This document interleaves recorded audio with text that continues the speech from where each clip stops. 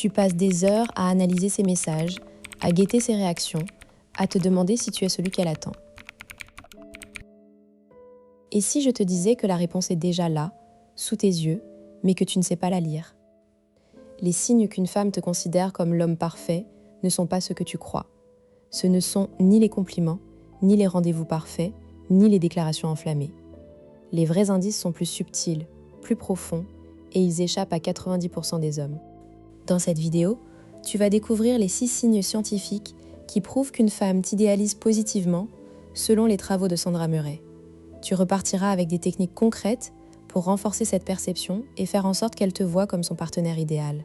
Pas de conseils génériques, pas de théories vagues, des actions précises que tu pourras appliquer dès demain.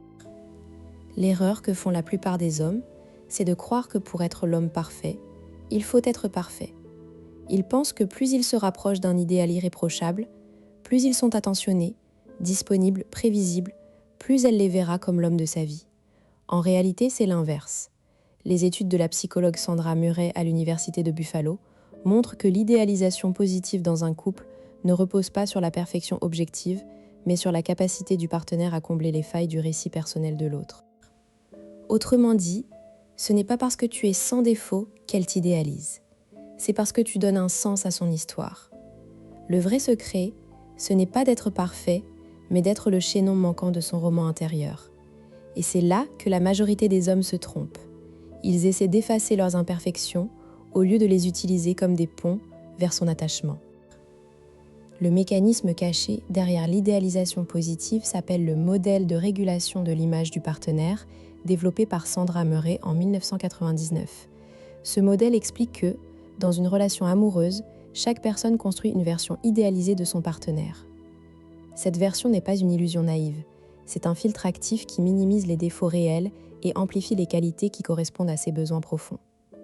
Murray a démontré que cette idéalisation est prédictive de la satisfaction et de la stabilité du couple, mais à une condition, que le partenaire réel ne trahisse pas trop violemment cette image. En clair, une femme qui te voit comme l'homme parfait ne nie pas tes défauts.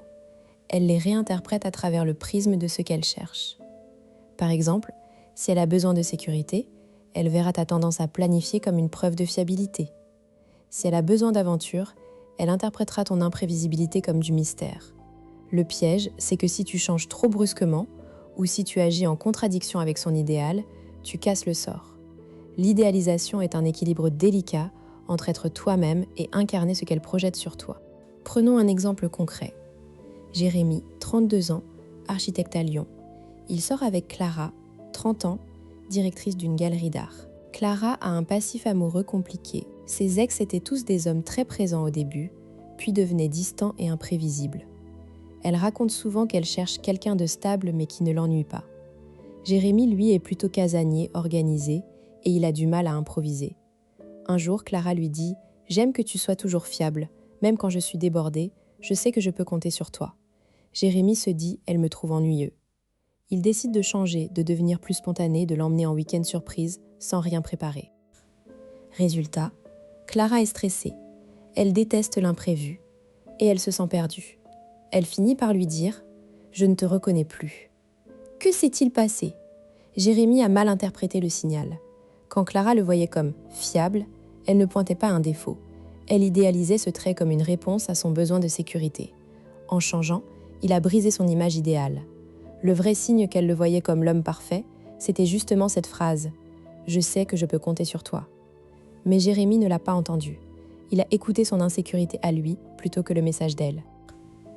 Comment repérer ces signes dans ta propre vie? Le premier signe, c'est qu'elle te parle de l'avenir de manière naturelle, comme si tu faisais déjà partie de son décor. Pas de grandes déclarations, mais des phrases du genre « L'été prochain, on pourrait aller » ou « Quand j'aurai fini ce projet ». Tu m'aideras à... Le deuxième signe, c'est qu'elle te montre ses vulnérabilités sans crainte. Elle te raconte ses échecs, ses peurs, ses failles. Selon la théorie de l'attachement de Bowlby, c'est un indicateur qu'elle te considère comme une base de sécurité.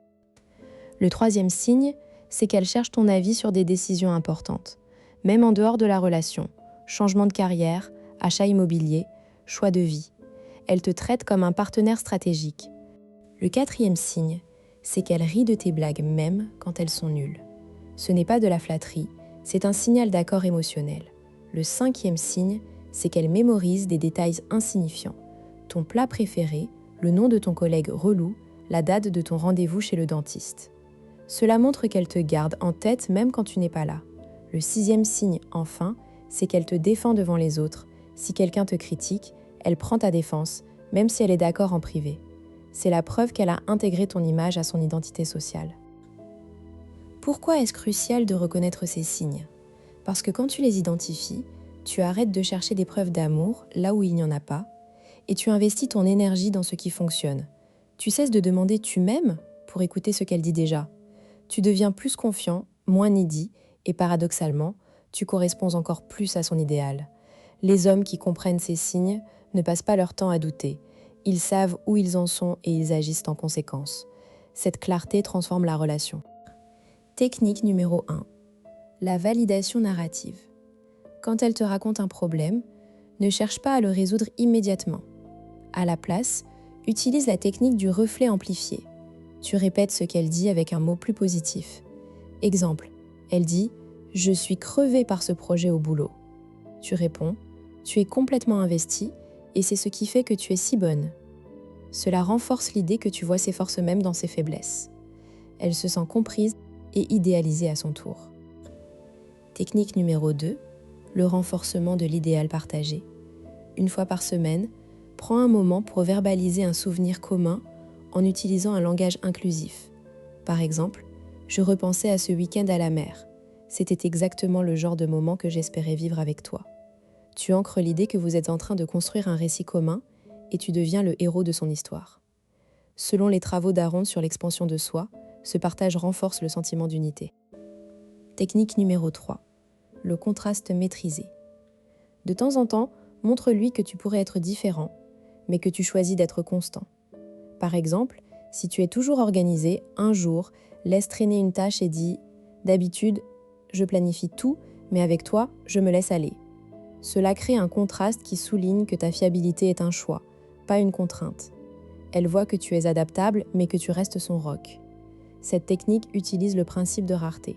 Ce qui est choisi librement a plus de valeur. Oui, mais si elle m'idéalise trop, je vais décevoir un jour ? C'est l'objection classique. En réalité, l'idéalisation positive n'est pas une illusion qui s'effondre au premier accroc. Murray a montré que les couples qui idéalisent leur partenaire sont plus résilients face aux conflits, parce qu'ils interprètent les écarts comme des exceptions, pas comme la règle. Tant que tu restes aligné avec ton noyau authentique, les petites variations sont absorbées. Et si elle ne montre aucun de ces signes, alors elle ne t'idéalise pas encore. Ce n'est pas grave. Les techniques que je viens de donner peuvent créer les conditions pour qu'elle commence à te voir différemment. Patience et constance. Et si je suis coincée dans le rôle de l'ami ? C'est un autre sujet, mais retiens ceci. L'idéalisation naît de l'émotion, pas de la logique. Pour sortir de la friend zone, il faut introduire un contraste émotionnel fort, un moment où tu montres une facette que tu ne montrais pas avant. Tu vois ? Au début, je t'ai dit que les vrais signes étaient sous tes yeux. Maintenant, tu sais les lire. La prochaine fois qu'elle te dit « Je peux compter sur toi », ne cherche pas à être plus spontané. Écoute vraiment, c'est peut-être la phrase la plus importante qu'elle t'ait jamais dite. L'homme parfait n'existe pas, mais toi, tu peux devenir l'homme qu'elle voit déjà. À toi de jouer. Et si tu veux continuer à décoder les secrets de l'attraction, abonne-toi, active la cloche et on se retrouve dans la prochaine vidéo.